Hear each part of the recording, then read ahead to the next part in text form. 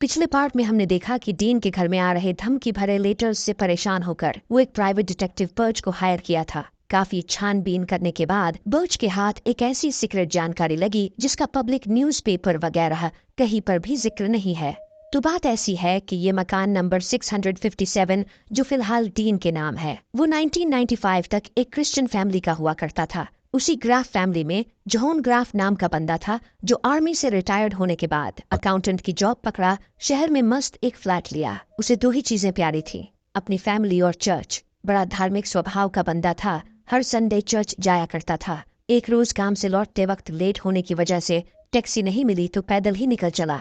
अचानक एक गुंडे ने पीछे से उस पर हमला किया और उसका पैसा वगैरह लूट के भाग गया। उसकी माँ से उसकी हालत देखी नहीं गई। वो बहुत पैसे वाली थी, पैसे जायदाद वगैरह उन्हें विरासत में मिले थे। ये जगह फैमिली बसाने के लिए सेफ नहीं था, इसलिए उन्होंने जॉन को वेस्टफील्ड में एक घर खरीद कर दिया, वही घर जिसमें फिलहाल डीन रह रहा है। जॉन का अच्छा भला परिवार था जिसमें उसका बेटा डेल, उसकी बेटी पैट जो कि हाथ से निकल चुकी थी, उसकी खूबसूरत बीवी हेलेन और उसकी माँ रहते थे। अब जैसे कि जॉन धार्मिक स्वभाव का बंदा था तो वो खाने से पहले प्रार्थना करवाया करता था। उसकी बीवी ने प्रार्थना शुरू किया कि थैंक यू जीसस जो आपने हमारे लिए ये खाना बनाया। अगले ही पल मजाक उड़ाने लगी कि ये खाना तो उसने बनाया है। निहायत ही बदतमीज औरत थी। जॉन को अंदर ही अंदर बड़ी गुस्सा आता था कि उसकी बेटी तो हाथ से निकल ही गई, ऊपर से उसकी बीवी भी वैसी ही है। इन्हीं सब टेंशन की वजह से वो काम पर ध्यान नहीं दे पाता था, इसलिए एक दिन उसके बॉस ने उसे काम से निकाल दिया। उस दिन बेचारा बहुत रोया क्योंकि उसकी माँ उसे ताने मारती रहती थी कि 12 साल से अकाउंटेंट की जॉब कर रहा है। अब तक उसकी जगह कोई और होता तो डिपार्टमेंट का हेड बन चुका होता। अब भला वो माँ को कैसे बताता कि डिपार्टमेंट का हेड तो छोड़ो, जो नौकरी थी वो भी गई। अपनी नाकामी छिपाने के लिए वो सबसे झूठ बोलना शुरू किया। झूठ मूठ का हर रोज टाइम से ड्यूटी निकल जाता, बैंक जाकर अपनी माँ के अकाउंट से थोड़े पैसे निकालता, अपने माँ का अकाउंट वगैरह वही मैनेज करता था, तो पकड़े जाने की कोई बात ही नहीं थी। उसी चोरी किए हुए पैसे से अपने घर का खर्च वगैरह चलाता था। किसी को कानो कान खबर नहीं थी कि उसके पास काम नहीं है। कुछ वक्त तक ऐसे ही चलता रहा, फिर मुश्किलें आनी शुरू हुई। कोई उसे द वॉचर के नाम से लेटर भेजना शुरू किया। उसके गैर मौजूदगी में उसकी बीवी किसके साथ होती है, उसके बेटी के अफेयर्स वगैरह वो वॉचर सब कुछ जानता था। एक रोज जॉन अपनी बेटी की करतूत अपनी आंखों से देख लिया। मतलब वो अपने टीचर के साथ पार्टी कर रही थी। एक अच्छे भले आदमी का दिमाग कैसे खराब होता है, आप बस देखते जाइए। एकांत में बैठकर सोचने लगा कि आखिर ये चीजें जो उसके साथ हो रही है उसका अंत क्या है।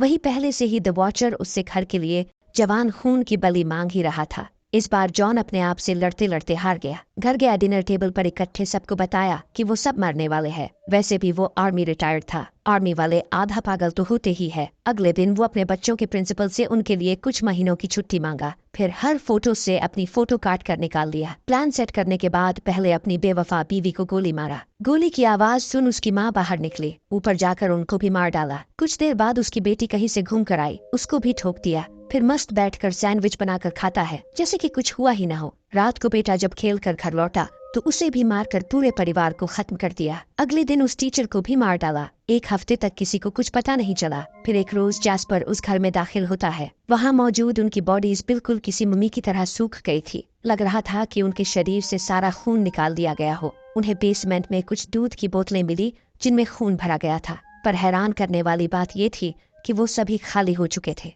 ये कहानी सुन डीन का खोपड़ा गर्म हो गया कि किसी ने इस बारे में उसे बताया क्यों नहीं। जाहिर सी बात है, इससे यहाँ के प्रॉपर्टी का भाव कम हो जाता, इसीलिए शायद यहाँ के लोगों ने ये बात दबा ली होगी। रह गई चेम्बरलैंड की बात, तो वो वेस्टफील्ड 2005 में आए थे, उन्हें भी इस कहानी के बारे में पता नहीं होगा। जॉन ग्राफ का क्या हुआ? उस दिन के बाद जॉन गायब हो गया, फिर किसी को नहीं दिखा। तभी डीन को ख्याल आया कि उस दिन उसके घर में बिल्डिंग इंस्पेक्टर बनकर जो घुसा था उसका भी नाम तो जॉन ही था। जॉन ग्राफ किस चर्च में जाता था? डीन ने पूछा। वो एस.टी. मार्क्स वेस्टफील्ड लथरन चर्च जाया करता था। डीन को समझते देर नहीं लगा कि हो ना हो वो जॉन ग्राफ ही था जो बिल्डिंग इंस्पेक्टर बनकर उसके घर में घुसा था। ये घटना कहाँ तक सही है, ये जानने के लिए डीन तुरंत पर्ल विंसलो के घर पहुंचा, मगर वो लोग कुछ बताने को तैयार ही नहीं थे। दूसरी तरफ नोरा बच्चों को लेकर घर लौट आई। इनके किचन और कैमरा वगैरह का काम पूरा हो चुका था। बेसमेंट का थोड़ा बहुत काम चल रहा था जिससे इनको कोई प्रॉब्लम नहीं थी। अब रात को हम उसी वॉचर को देखते हैं जो इनके घर पर बराबर नजर रखे हुए था।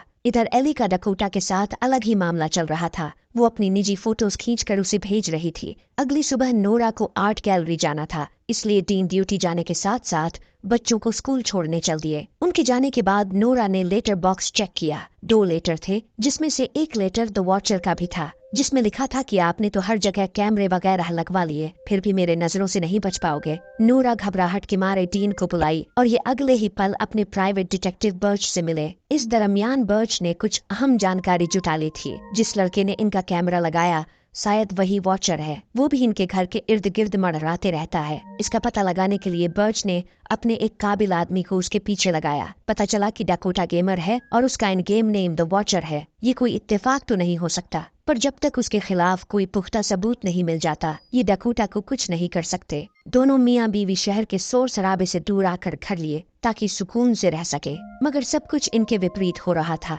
इन्होंने कम पैसे के चक्कर में डकोटा को काम सौंपकर मुसीबत पाल दी है। शायद एली भी उसके झांसे में है। ये जान तो नोरा झंझना उठी। सच्चाई जानने के लिए ये एली के फोन को चेक करने का प्लान बना लिए। उसके आईफोन का पासवर्ड नोरा को पता ही था। डिनर टाइम पर बहाना बनाकर जब डीन उसके फोन को चेक किए तो डकोटा के साथ उसकी सारी करतूत सामने आ गई, जिस पर वो अपने बाप को ही बोलने लगी कि भाड़ में जाओ, तुम हमेशा मेरे पीछे पड़े रहते हो। छल्लाए हुए डीन ने उसके लिए एक नया नियम बनाया। आज से स्कूल से आने के बाद वो अपने कमरे में ही रहेगी, वो भी बिना किसी फोन, कंप्यूटर या आईपैड के। अगली सुबह डकोटा गाड़ी लेकर इनके घर के बाहर आ धमका, क्योंकि एली उसके मैसेजेस का जवाब नहीं दे रही थी। उसे देखते ही डीन उस पर झपट पड़े। अगले ही पल एली ने पुलिस को फोन कर दिया। इधर डीन उससे उगलवाने में लगे थे कि वही उनके घर द वॉचर के नाम से लेटर्स भेजता है। उसका इन गेम नेम द वॉचर है, ये बात उनसे छिपी नहीं है। इतने में पुलिस आ धमकी। डीन ने उन्हें बताया कि ये लड़का उनकी 16 साल की बेटी को वाहियात तस्वीरें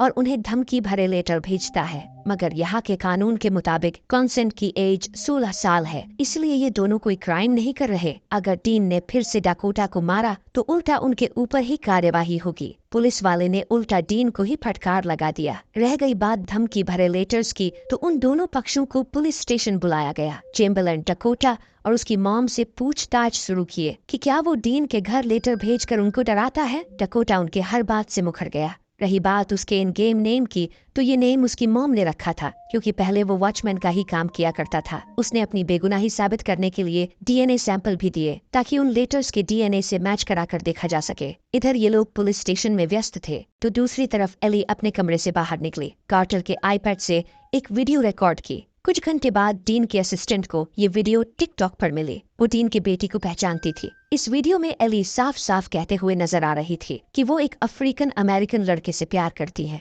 ये बात उसके डैड को जब पता चली तो उन्होंने मुझे मेरे कमरे में लॉक कर दिया है, मेरा फोन भी छीन लिया गया है, इसीलिए मैं ये वीडियो अपने भाई के आईपैड से रिकॉर्ड कर रही हूँ। इसे ज्यादा से ज्यादा शेयर करिए ताकि मुझे न्याय मिल सके। अगर आप इस कहानी को ध्यानपूर्वक देख रहे हैं तो समझ चुके होंगे कि इसी तरह की चीजें इस घर में पहले भी हो चुकी है। एली को अंदाजा भी नहीं था कि उसने क्या अनर्थ कर दिया है। नोरा भी नहीं समझ पा रही थी कि ऐसी क्या बात हो गई जो डीन इस तरह से पेश आ रहा है। इस वीडियो की वजह से जब उसके कंट्री क्लब का मेंबरशिप कैंसिल हुआ, डीन की नौकरी जाने की नौबत आ गई, तब नोरा इस बात की गंभीरता को समझ पाई। लोग उन्हें रेसिस्ट समझने लगे थे, समाज में उनकी थू थू होने लगी थी। नोरा कैरन से मिलकर जब घर लौटी तो लेटर बॉक्स चेक की। इस बार उसे एक अलग तरह का लिफाफा मिला जिस पर लिखा था वॉच मी। दूसरी तरफ डीन के बॉस को भी सेम इसी तरह का एनवेलोप मिला था, जिसमें डीन के बेडरूम का एक वीडियो था। डीन गहरी नींद में सो रहे थे, तभी एक अंडर एज लड़की उनके बेडरूम में घुसी एवं कपड़े उतारने लगी। पर डीन के बेडरूम में तो कोई कैमरा नहीं है, ये वीडियो फेक है, बॉस को बताया उसने। इतने में उसकी नजर उस लड़की के नाइट गाउन पर पड़ी जो हूबहू जॉन ग्राफ की बेटी पैट ग्राफ जैसे थी। ये लड़की तो 1995 में ही मर चुकी है। कुछ समझ नहीं आ रहा था कि माजरा क्या है। शायद डकोटा इनसे बदला लेने के लिए कोई साजिश किया है। छुट्टी के वक्त डकोटा इनके कंपनी के बाहर ही था। उसने बड़े फक्र से बताया कि उनके बॉस के पास उनकी करतूत का वीडियो भेजकर उसने अपना बदला ले लिया। तो ये काम डकोटा का ही था। वो लड़की भी उसी ने भेजा, जिस पर वो मुखर गया। वो उनके बेडरूम में सिर्फ कैमरा लगाया, बाकी का करतूत तो उनका ही है। जब से वो इनके घर कैमरा लगाने आया, ये वॉचर को लेकर परेशान रहते थे। उसने भी वॉचर का पता करने के लिए उनके घर पर नजर रखा, मगर कुछ हाथ नहीं लगा। फिर उसे लगा कि कहीं डीन ही तो वो लेटर नहीं भेज रहे, क्योंकि फाइनेंशियल प्रॉब्लम के चलते हो सकता है कि घर बेचने के लिए वो अपनी वाइफ को डरा रहे हो। मगर उसे तो कुछ और ही दिख गया। अगर उस लड़की को डकोटा ने नहीं भेजा तो आखिर वो लड़की उसके घर में कैसे घुसी? ये बात डीन को अंदर ही अंदर खाई जा रही थी। घर पहुंची तो नोरा पहले से ही मूड बनाकर बैठी थी। उसने सपने में भी नहीं सोचा था कि उसकी गैर मौजूदगी में डीन इतनी